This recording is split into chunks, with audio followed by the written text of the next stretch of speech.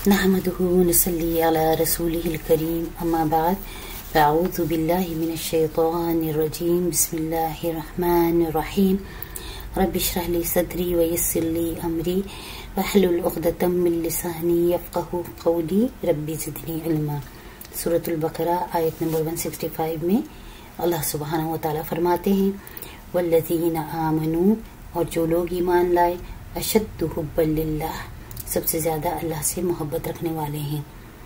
ابن مسعود رضی اللہ عنہ سے روایت ہے، میں نے پوچھا یا رسول اللہ صلی اللہ علیہ وسلم سب سے بڑا گناہ کیا ہے؟ رسول اللہ صلی اللہ علیہ وسلم نے فرمایا اللہ کے ساتھ شرک کرنا، حالانکہ پیدا اسی اکیلے نے کیا ہے۔ پھر فرمایا ایمان والے اللہ کی محبت میں بہت سخت ہوتے ہیں، ان کے دل عظمت الہی اور توحید ربانی سے معمور ہوتے ہیں۔ وہ اللہ کے سوا کسی دوسرے سے نہ ایسی محبت کریں، نہ کسی اور کی طرف التجا کریں اور نہ دوسروں کی طرف جھکیں، نہ اس پاک ذات کے ساتھ کسی اور کو شریک کریں۔ ایمان والوں کی اللہ تعالیٰ کی محبت میں سخت ہونے کی وجہ یہ ہے کہ وہ تمام مخلوقات کی محبت سے زیادہ اپنے رب سبحانہ و تعالیٰ سے محبت کرتے ہیں۔ وہ اللہ تعالیٰ کی تعظیم کرتے ہیں، وہ اللہ تعالیٰ کے احکامات کو دل و جان سے تسلیم کرتے ہیں اور اللہ تعالیٰ کے احکامات پر عمل کرتے ہیں۔ من اسلم وجہہ للہ وہو محسن فلہ اجرہ عند ربہ، جس نے جھکا دیا اپنا چہرہ اللہ کے لیے اور وہ نیک عمل کرنے والا ہو، اسے اپنا اجر و ثواب اس کے رب کے پاس ملے گا۔ یعنی جو بھی اپنے آپ کو اللہ تعالیٰ کے سپرد کر دے گا اور نیک روش اختیار کرے گا تو اس کے لیے اس کے رب سبحانہ و تعالیٰ کے پاس بے حد اجر و ثواب ہے۔ اس لیے ہمیں دین میں کامیابی حاصل کرنے کے لیے ایمان میں سخت ہو جانا چاہیے، اپنی عبادات کی پابندی کرنا چاہیے۔ دیکھیے، یاد رکھیے، جنت الفردوس میں داخلے کی ضمانت 5 وقت کی نماز کی پابندی ہے۔ پھر اس کے بعد لوگوں کے ساتھ احسان کا سلوک کرنا ہے، کیونکہ احسان کرنا اسلام میں بلند ترین مقام رکھتا ہے۔ مراد یہ ہے کہ نیکی کرنا یا بھلائی کا حکم دینا۔ احسان کی تعریف رسول اللہ صلی اللہ علیہ وسلم نے اس طرح فرمائی ہے کہ تم اللہ کی بندگی اس طرح کرو گویا کہ تم اسے دیکھ رہے ہو، اگر تم نہیں دیکھ رہے ہو تو وہ تمہیں دیکھ رہا ہے۔ قرآن کریم کی بہت سی آیات ایسی ہیں جن میں نیک لوگوں کی بہت ساری صفات کا ذکر کیا گیا ہے۔ ان میں سے ایمان کی ایک صفت یہ بھی ہے کہ ہمارا اخلاق اللہ کے بندوں کے ساتھ اور اس کی دیگر مخلوقات کے ساتھ عمدہ ترین ہونا چاہیے۔ اللہ تعالیٰ کی خاطر لوگوں سے محبت کا سلوک کرنے والا اور اس کی دیگر مخلوقات کے ساتھ حسن سلوک کرنے والا قیامت کے دن عرش کے سائے میں جگہ پائے گا۔ دیکھیے، اچھے اخلاق کو اپنا کر ہم ایک مضبوط اور صاف ستھرے معاشرے کو تشکیل دے سکتے ہیں، کیونکہ دنیا میں ترقی وہی لوگ کرتے ہیں جو اچھے اوصاف اور اچھے کردار کے مالک ہوتے ہیں اور جن کے اندر عفو و درگزر کی کوالٹیز ہوتی ہیں۔ بخاری کی روایت کے مطابق شقیق بن سلمہ رضی اللہ عنہ سے مسروق رضی اللہ عنہ نے بیان کیا کہ جب معاویہ رضی اللہ عنہ کے ساتھ عبداللہ بن عمرو بن عاص رضی اللہ عنہ کوفہ تشریف لائے تو ہم ان کی خدمت میں حاضر ہوئے۔ انہوں نے رسول اللہ صلی اللہ علیہ وسلم کا ذکر کیا اور بتلایا کہ نبی کریم صلی اللہ علیہ وسلم بدگو نہ تھے، یعنی رسول اللہ صلی اللہ علیہ وسلم پوری بات کہنے والے نہ تھے اور نہ آپ صلی اللہ علیہ وسلم بد زبان تھے، یعنی رسول اللہ صلی اللہ علیہ وسلم سخت کلامی نہیں کرتے تھے۔ انہوں نے یہ بھی بیان کیا کہ رسول اللہ صلی اللہ علیہ وسلم نے فرمایا تم میں سے بہتر وہ ہے جس کے اخلاق سب سے اچھے ہوں۔ ہمارے عمل کرنے کی بات یہ ہے کہ ہم اپنی زبان پر کنٹرول کریں، کیونکہ زبان سے کوئی بھی بات جب ہم کریں تو ہمیں کئی بار سوچنا ضروری ہے۔ مثال کے طور پہ کوئی ہمیں غصہ دلاتا ہے یا ہم پر جھوٹا الزام لگا دیتا ہے یا تہمت لگا دیتا ہے تو غصے میں ہمیں آپے سے باہر نہیں ہونا چاہیے، بلکہ عفو درگزر سے کام لینا چاہیے، کیونکہ صبر سے کام لینا بھی ہمارے اچھے اخلاق میں ہی شمار ہوتا ہے۔ حضرت ابو درداء رضی اللہ عنہ سے روایت ہے کہ رسول اللہ صلی اللہ علیہ وسلم کا فرمان ہے کہ قیامت کے دن مومن کی میزان میں حسن اخلاق سے زیادہ وزنی کوئی شے نہیں ہوگی۔ اس سے پتہ چلتا ہے کہ اللہ تعالیٰ کی رضا حاصل کرنے کے لیے ہمیں اللہ کی مخلوق کے ساتھ مروت کا رویہ اپنانا ضروری ہے۔ یعنی اللہ سبحانہ و تعالیٰ سے محبت کا ایک کرائٹیریا ہمیں دے دیا گیا ہے۔ مراد یہ ہے کہ اللہ سبحانہ و تعالیٰ کی رضا حاصل کرنے کا جو بھی سٹینڈرڈ ایمان والوں کو دیا گیا ہے وہ انصاف کی بنیاد پر ہی دیا گیا ہے، تاکہ ان میں عاجزی اور انکسار پیدا ہو۔ سورۃ النساء کی آیت نمبر 85 میں اللہ تعالیٰ فرماتے ہیں من یشفع، جو سفارش کرے، شفاعتن حسنتن، سفارش نیک بات کی، یکن لہ نصیب منہا، ہوگا اس کے لیے حصہ اس میں سے۔ یعنی جو بھی اللہ تعالیٰ کی راہ میں حق کو سربلند کرنے کے لیے لوگوں کو نیکی اور خیر خواہی کے کاموں کے لیے ابھارے گا تو وہ ضرور نیک کاموں کا اجر پائے گا اپنے رب سبحانہ و تعالیٰ سے۔ بخاری کی روایت ہے کہ ابن ابی ذئب رضی اللہ عنہ سے، انہوں نے مقبری رضی اللہ عنہ سے، اور مقبری رضی اللہ عنہ نے حضرت ابو ہریرہ رضی اللہ عنہ سے روایت کیا ہے کہ فرمایا رسول اللہ صلی اللہ علیہ وسلم نے واللہ لا یؤمن، واللہ لا یؤمن، واللہ لا یؤمن، رسول اللہ صلی اللہ علیہ وسلم نے 3 دفعہ اسی طرح کہا، واللہ وہ ایمان والا نہیں ہے، واللہ وہ ایمان والا نہیں ہے، واللہ وہ ایمان والا نہیں ہے۔ کسی نے عرض کیا کون یا رسول اللہ صلی اللہ علیہ وسلم؟ فرمایا رسول اللہ صلی اللہ علیہ وسلم نے وہ جس کی شر سے اس کا پڑوسی محفوظ نہ ہو۔ اب دیکھیے یہ کتنے بڑی گناہ کی بات ہوگی جس پر ہمارے رسول اللہ صلی اللہ علیہ وسلم نے اللہ کی قسم اٹھائی اور کہہ رہے ہیں کہ ایسے شخص کے پاس ایمان ہی نہیں ہے جس کی شر سے اس کا پڑوسی تک محفوظ نہ ہو۔ آسان لفظوں میں جو انتہائی بد اخلاق ہو، ہمیں کس طرح نظر آنا چاہیے؟ جواب یہ ہے کہ اللہ تعالیٰ کی محبت کا تقاضا یہ ہے کہ وہ احسنوا اور نیکی کرو، ان اللہ، بے شک اللہ، یحب المحسنین، دوست رکھتا ہے نیکی کرنے والوں کو۔ یعنی اللہ تعالیٰ احسان کرنے والوں کے ساتھ ہے، اور احسان کرنے والے ہی اللہ تعالیٰ کے دوست ہوتے ہیں۔ ہمیں بھی اسی طرح ہونا چاہیے۔ سورۃ النحل کی آیت نمبر 128 میں اللہ تعالیٰ اپنے دوست بندوں کے لیے فرماتے ہیں ان اللہ مع الذین اتقوا، بے شک اللہ ان لوگوں کے ساتھ ہے جو تقوی سے کام لیتے ہیں، والذین هم محسنون، اور وہ لوگ جو نیک کاموں میں سرگرم رہتے ہیں یا احسان کرنے والے ہیں۔ پھر ہمیں بھی یہی کرنا چاہیے کہ ہم ہر طرح کے برے رویے سے دور رہیں اور ہمیشہ کے لیے نیک اعمال کو اپنا لیں۔ خواہ کوئی کتنی ہی ہماری برائی کر لے، ہمیں جواباً اس کے ساتھ بھلائی کرنا ہے۔ اس سے اس بات کا علم بھی ہوتا ہے کہ اللہ تعالیٰ کی رضا حاصل کرنے کا تقاضا یہ ہے کہ ہمارے اعمال ہماری شخصیت کو ہر دم منور کرتے ہوئے نظر آئیں۔ رسول اللہ صلی اللہ علیہ وسلم کی تعلیمات کے مطابق سنتوں پر عمل کرتے ہوئے ہمیں زندگی گزارنا چاہیے۔ دیکھیں اللہ تعالیٰ ہمارے مالک کے حقیقی ہیں اور خالق ہیں۔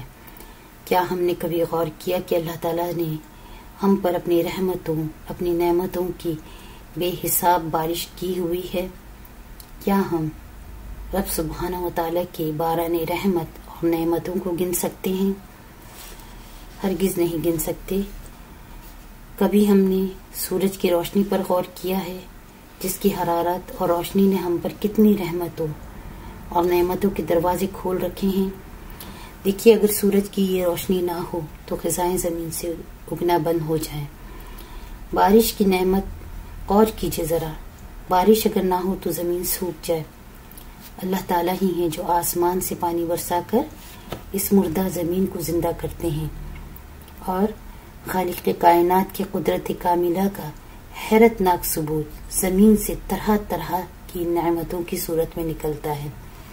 رنگ برنگ کے پھولوں کو دیکھیے ذرا، بلند و بالا زمین میں گڑھے ہوئے پہاڑوں پر آپ نظر ڈالیں جو زمین کے اندر میخوں کی طرح ٹھکے ہوئے ہیں. خوبصورت حسین بہتے ہوئے دریا اور سمندروں کو اللہ نے ہم انسانوں کے لیے رزق کا ذریعہ بنا دیا، اور ان دریا اور سمندر پر چلنے والے جہاز صرف اللہ تعالیٰ کے حکم سے ہی چلتے ہیں. چاند اور ستاروں سے اللہ تعالیٰ نے آسمان کو سجا دیا. کس کے لیے سجایا؟ ہمارے لیے، اپنے بندوں کے لیے. ہمارا کام یہ ہے کہ ان نعمتوں کو حاصل کرنے کے بعد اپنے رب کا ذکر اور شکر ہر لمحے ادا کرتے رہیں، اور اللہ تعالیٰ کے حکم کو مانتے ہوئے ہم اپنے آپ کو اللہ تعالیٰ کے سپرد کر دیں، جس کی رحمت تمام مومن، کافر، گناہگار، سرکش اور نافرمان سب پر یکساں جاری ہے. دیکھیں ہمیں تو اللہ تعالیٰ نے اسلام کی نعمت سے نوازا ہے.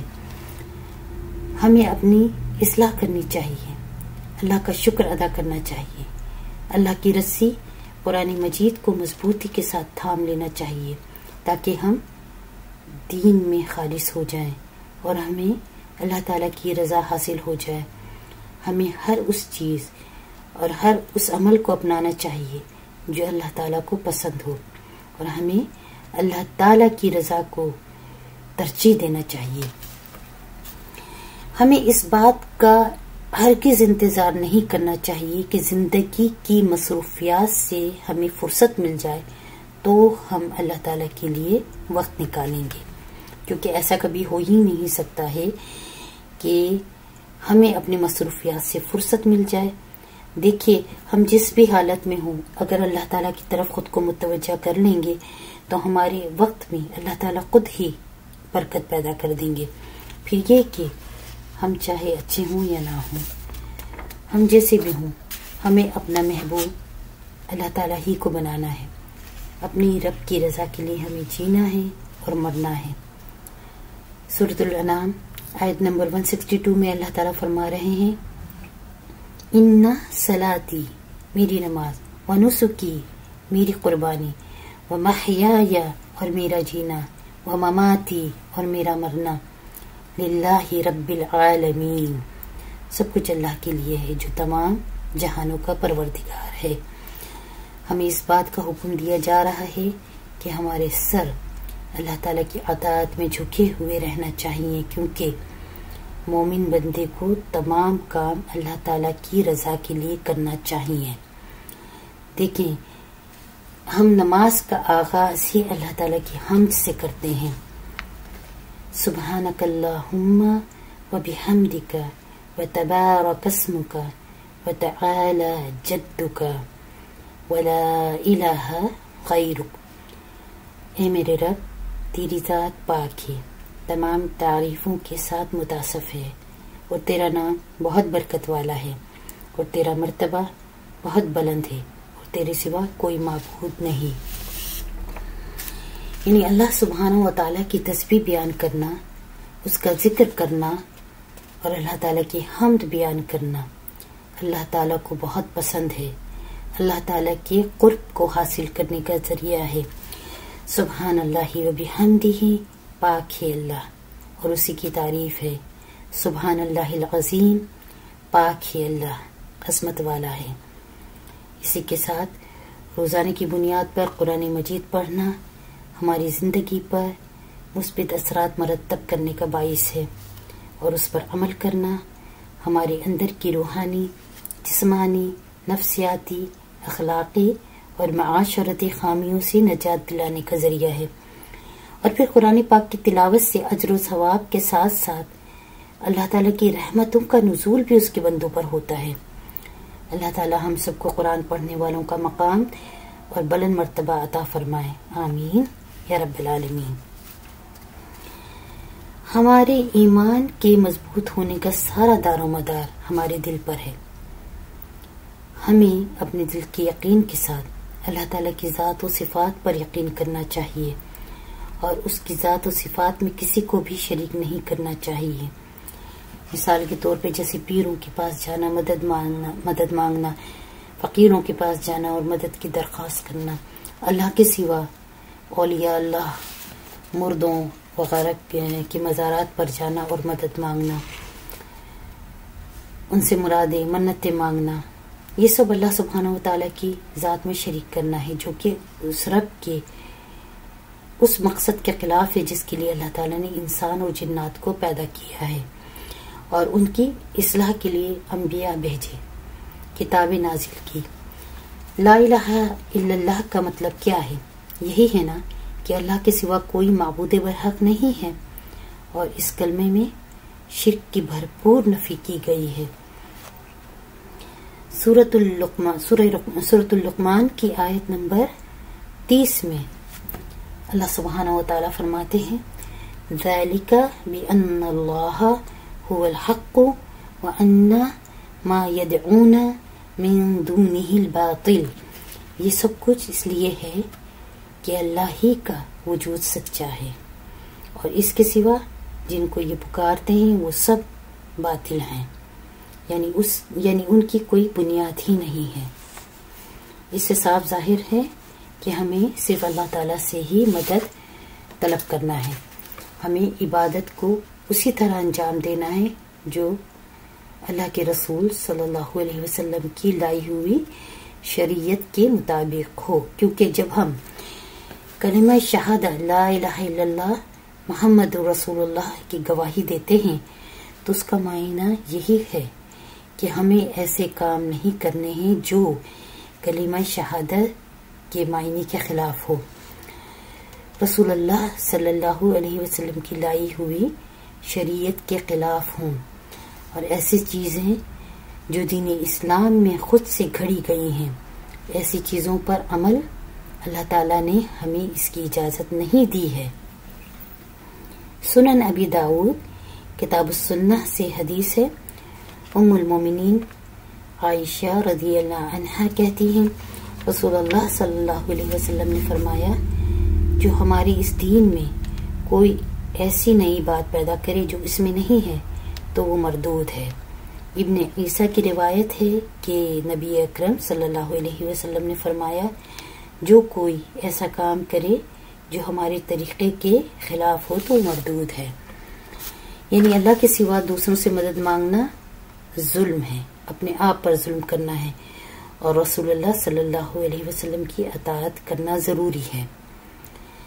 اللہ سبحانہ و تعالیٰ کی رحمت ہو، اللہ سبحانہ و تعالیٰ کی رحمت تو اسی وقت ہماری طرف متوجہ ہوگی جب ہم اخلاص کے ساتھ اپنے رب کو پکاریں گے، اللہ تعالیٰ کی بارگاہ میں جھک جائیں گے، سجدے کریں گے اس رب کی بارگاہ میں، تو اس کی رحمت دوڑتے ہوئے ہماری طرف آئے گی اور ہمیں سمیٹ لے گی، کیونکہ اللہ تعالیٰ کا وعدہ ہے کہ جو اسے پکارے گا وہ اس کی پکار کو قبول کرے گا۔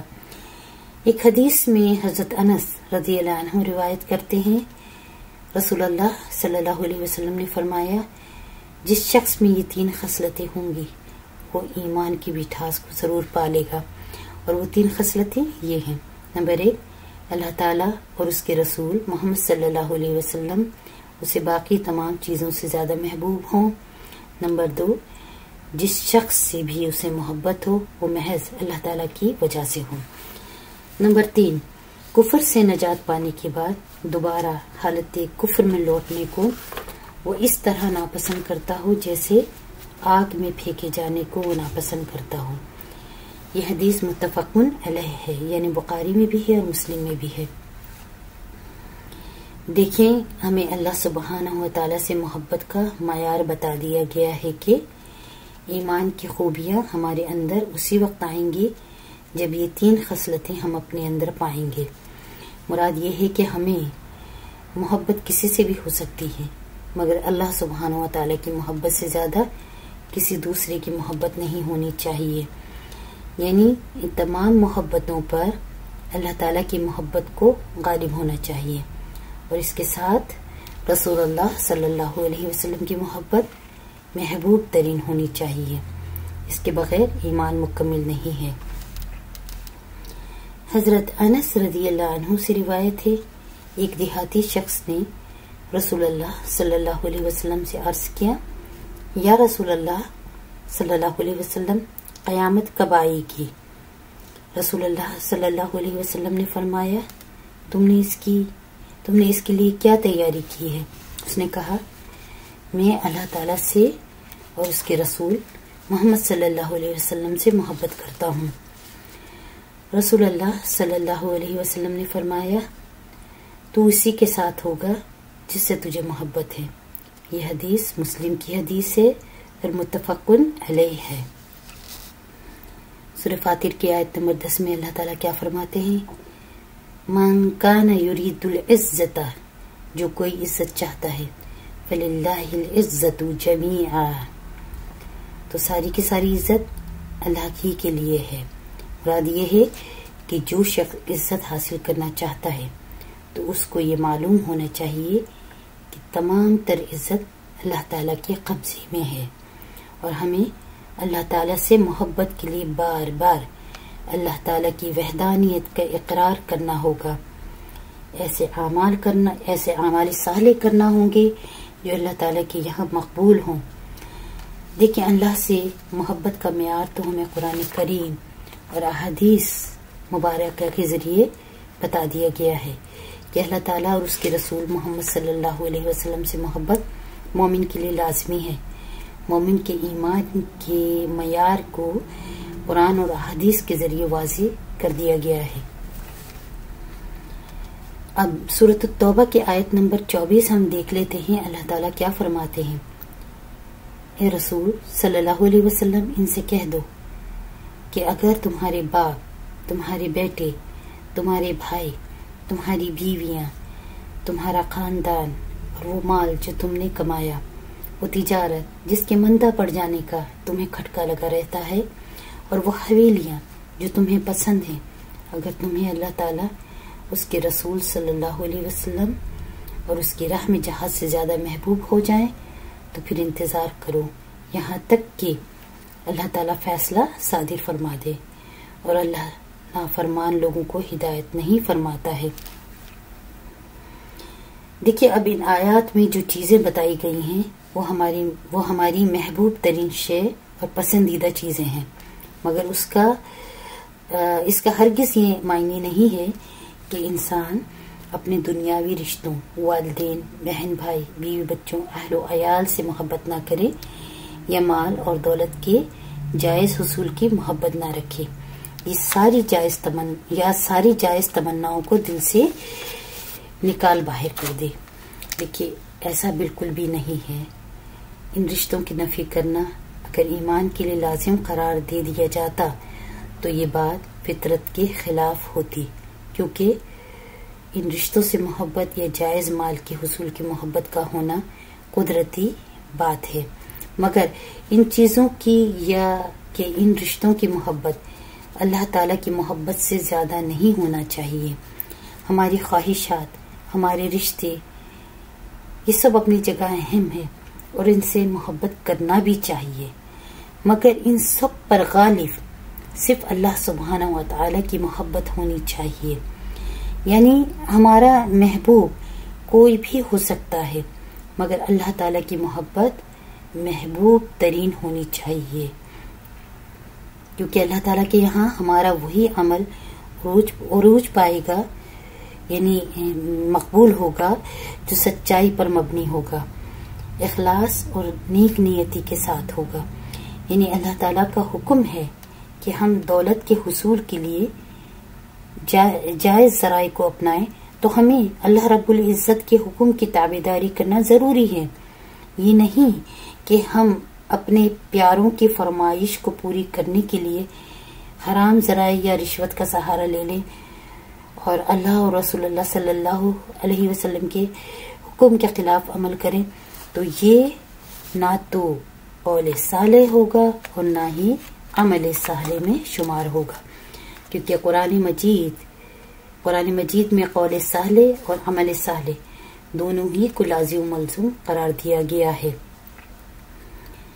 اور قرآن مجید میں اللہ تعالیٰ نے اپنی محبوبیت کا دار و مدار رسول اللہ صلی اللہ علیہ وسلم کی اطاعت پر رکھا ہے، رسول اللہ صلی اللہ علیہ وسلم کی فرما برداری پر رکھا ہے۔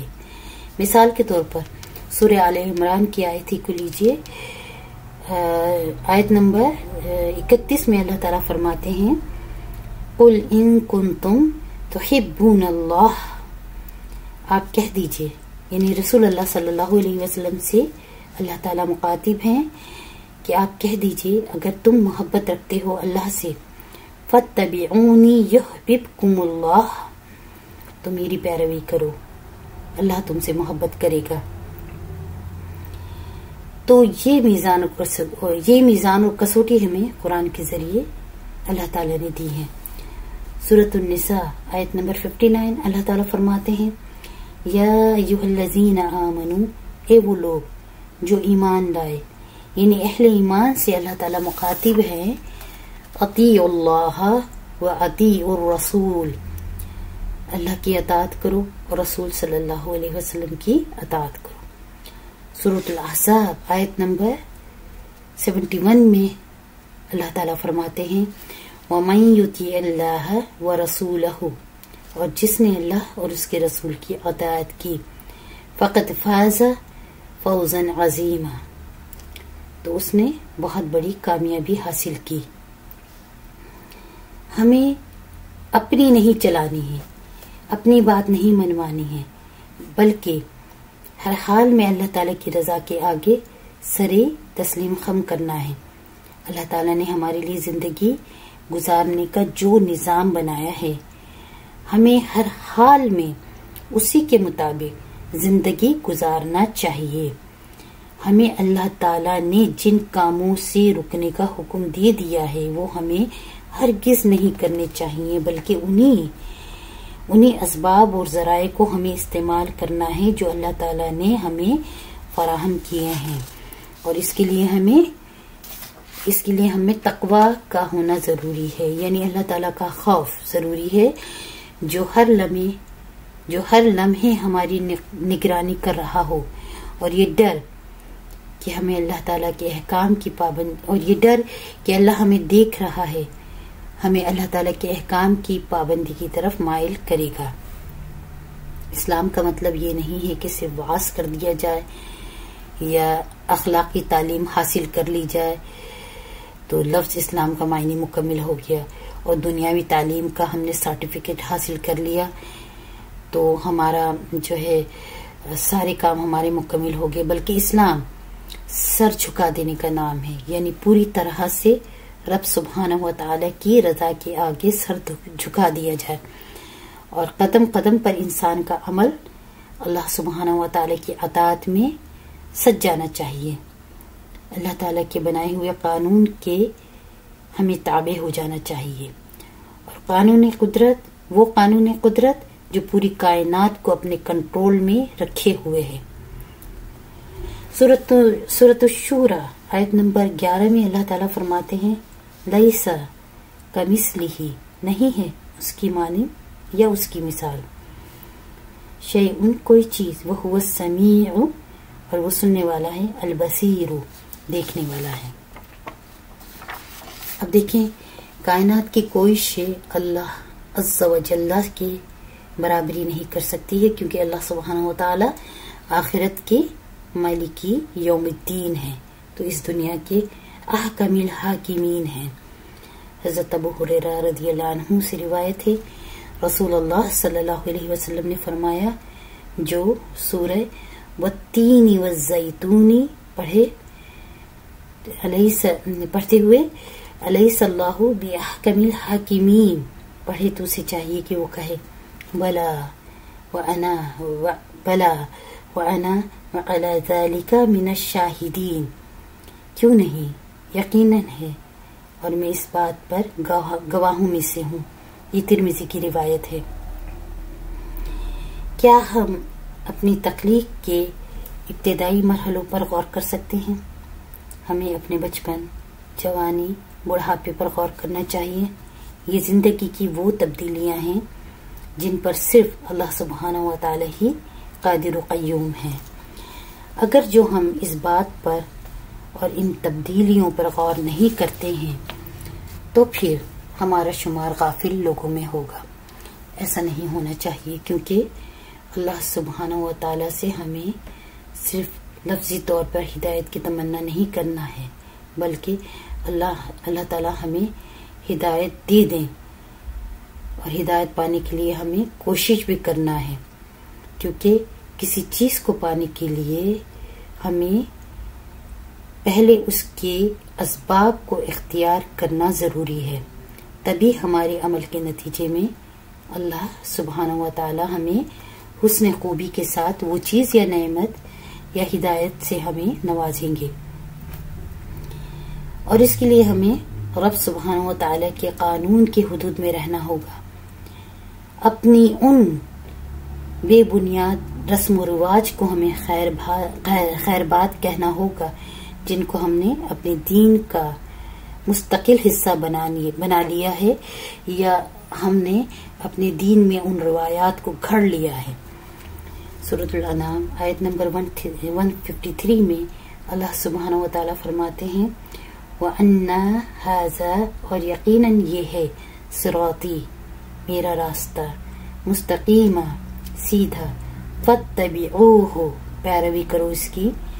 یعنی اللہ تعالیٰ کی ہدایت تو یہی ہے نا کہ اس کی مخلوق اس کی محبت کے جال میں جکڑ جائے اور سیدھا راستہ اپنا لے اور دوسرے راستوں پر نہ چلے، اللہ کے سوا کسی اور سے مدد نہ مانگے، کیونکہ کل کائنات کا اقتدار اللہ تعالیٰ کے ہاتھ میں ہے اور قانون بھی اللہ تعالیٰ کا بنایا ہوا ہے۔ ہمارا کام کیا ہے؟ اللہ تعالیٰ کے قانون کی حدود میں رہ کر اس رب سبحانہ و تعالیٰ کے احکامات کی پیروی کرنا، اور یہ سیدھا راستہ ہمیں ہمارا رب دکھا رہا ہے، کیونکہ وہ رب وحدہ لا شریک لہ ہے، جس نے قرآن کریم کی تمام تعلیمات اپنے رسول حضرت محمد صلی اللہ علیہ وسلم کے ذریعے ہم تک پہنچائی ہیں، اور تمام انبیاء علیہ السلام نے شریعت کی حدود میں رہنے کی تعلیم دی۔ انہوں نے اللہ تعالیٰ کے دین اسلام کی دعوت دی اور اسی کے مطابق ہمیں زندگی گزارنے کی تعلیم دی۔ تمام انبیاء علیہ السلام کی تعلیم یہی رہی کہ اللہ تعالیٰ پر ایمان لانا، اللہ کے ساتھ کسی کو شریک نہ کرنا، اللہ کی کتابوں پر، اللہ کے رسولوں پر، اللہ کے فرشتوں پر، قیامت کے دن پر اور اچھی بری تقدیر پر ایمان لانا کہ دنیا میں جو بھی ہو رہا ہے وہ اللہ تعالیٰ کی طرف سے ہو رہا ہے۔ پھر جس چیز کو رسول اللہ صلی اللہ علیہ وسلم نے منع کر دیا، ان چیزوں کو بالکل اسی طرح لینا چاہیے جیسے رسول اللہ صلی اللہ علیہ وسلم نے حکم دے دیا۔ اپنی طرف سے فیصلے ہمیں نہیں کرنا چاہیے۔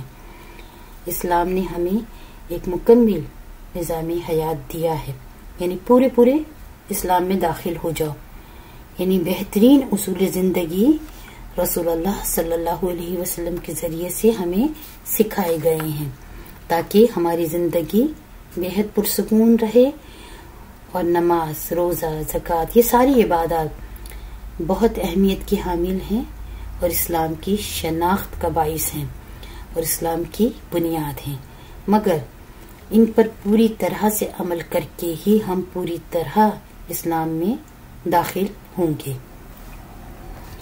اللہ سبحانہ و تعالی ہم سب کے اسلام کے سانچے میں مکمل طور پر ڈھل جانے کی توفیق دے دے، تاکہ ہم زندگی کے تمام نشیب و فراز سے آسانی کے ساتھ گزر جائیں، اور اللہ تبارک و تعالی ہمیں رسول اللہ صلی اللہ علیہ وسلم کی بتائی ہوئی تعلیمات کے مطابق ان کی ہدایات کے مطابق اپنے اعمال مرتب کرنے کی توفیق دے دیں۔ آمین۔ وآخر دعواہم ان الحمد للہ رب العالمین۔